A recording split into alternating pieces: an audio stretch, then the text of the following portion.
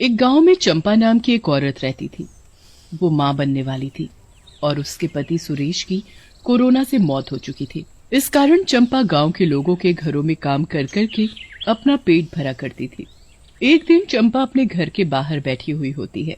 तभी उसकी पड़ोसन शन्नू वहां आती है और चंपा को बोलती है, अरे चंपा बहन, सुना है तू कालीचरण के यहाँ काम करने जा रही है।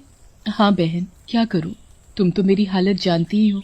अब पेट भरने के लिए कुछ तो करना ही होगा। हाँ बहन, सही कहा, हम गरीब तो पेट भरने के चक्कर में ही अपनी उम्र गुजार देते हैं।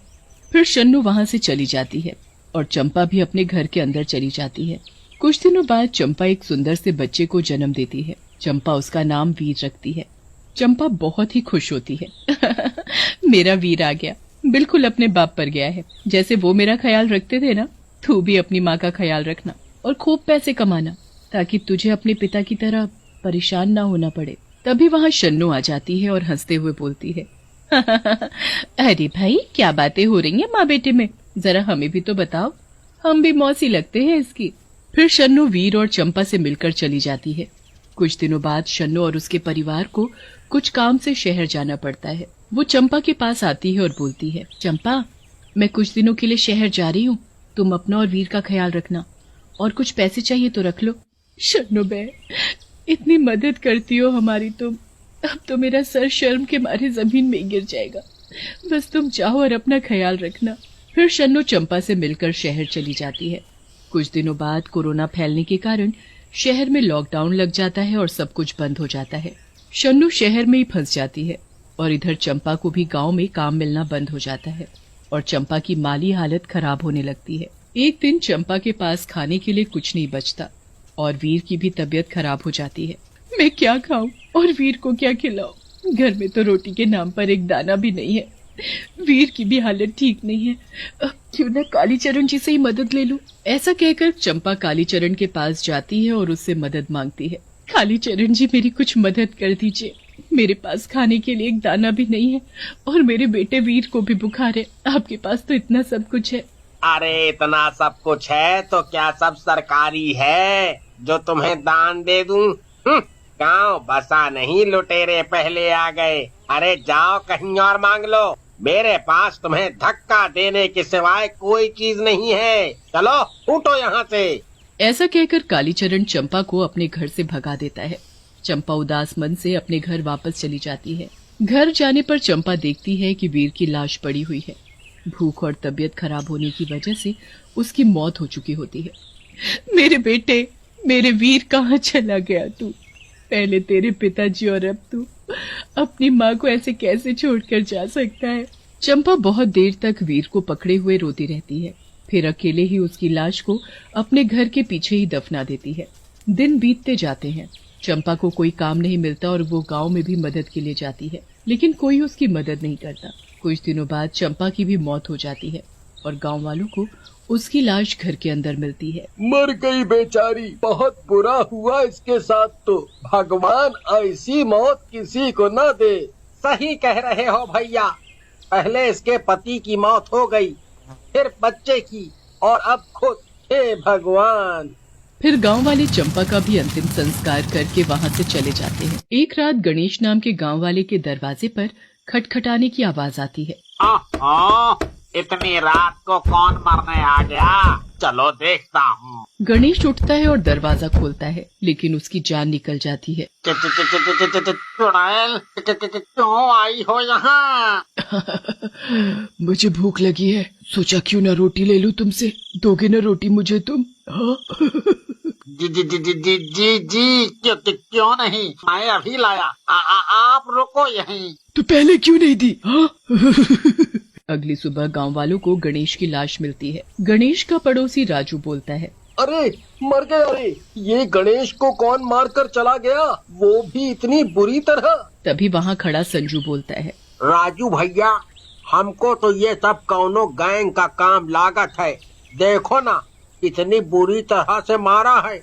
और वैसे भी लॉकडाउन के बाद चोरी बहुत ही ज्यादा हो रही है। हाँ सही कह रहे हो भाई, ये लॉकडाउन ने तो परेशान ही कर दिया था। चलो अब इस बेचारे का अंतिम संस्कार तो करें। फिर गांव वाले गणेश का अंतिम संस्कार कर देते हैं। उसी रात में संजू अपने बीवी बच्चों के साथ रोटी खा रहा होता है।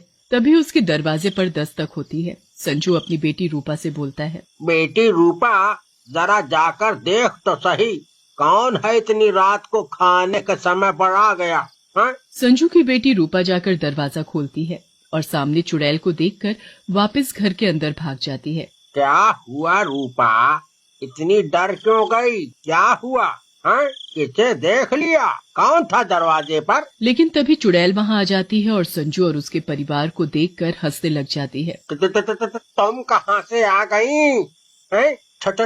छोड़ दो मुझे और मेरे परिवार को चुड़ैल जी। मैं किसी को नहीं छोड़ूंगी। तुम सब लोगों ने मेरी कौन सी मदद की थी जब मैं मर रही थी? तभी चुड़ैल की नजर रोटी पर पड़ती है और वो रोटी को हाथ में उठाकर बोलती है, लोग हमें चुड़ैल बोलते हैं, पर असली चुड़ैल तो ये रोटी है। हो तो भी मुसीबत और अगर किसी के पास ना हो तो भी मुसीबत। चुड़ैल जी, मुझे और मेरे परिवार को छोड़ दो, बदले में सारी रोटी ले जाओ। छोड़ दो हमें, छोड़ दो। मैं अब क्या करूंगी इस रोटी का? अब मुझे रोटी नहीं बदला चाहिए। ऐसा कहकर चुड़ैल संजू को वहाँ से उठाकर ले जाती है और अगले दिन संजू की लाश गांव के बाहर मिलती है। गांव वाले बहुत डर जाते हैं और एक तांत्रिक के पास जाते हैं और उसे सारी बात बताते हैं, जिसे सुनकर तांत्रिक बोलता है, अरे इतनी सी बात, बहुत सी चुड़ैलें ठीक की है मैंने। आज रात ही इसे भी भगा दूंगा गांव से, लेकिन इसमें थोड़ा खर्चा आएगा और पैसे लगेंगे।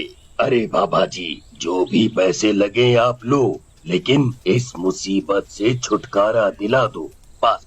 फिर तांत्रिक रात में गांव के बीचों बीच बैठकर तंत्र साधना करने लगता है। तभी चुड़ैल वहां आ जाती है। तांत्रिक, क्या मुझे भगाना चाह रहा है?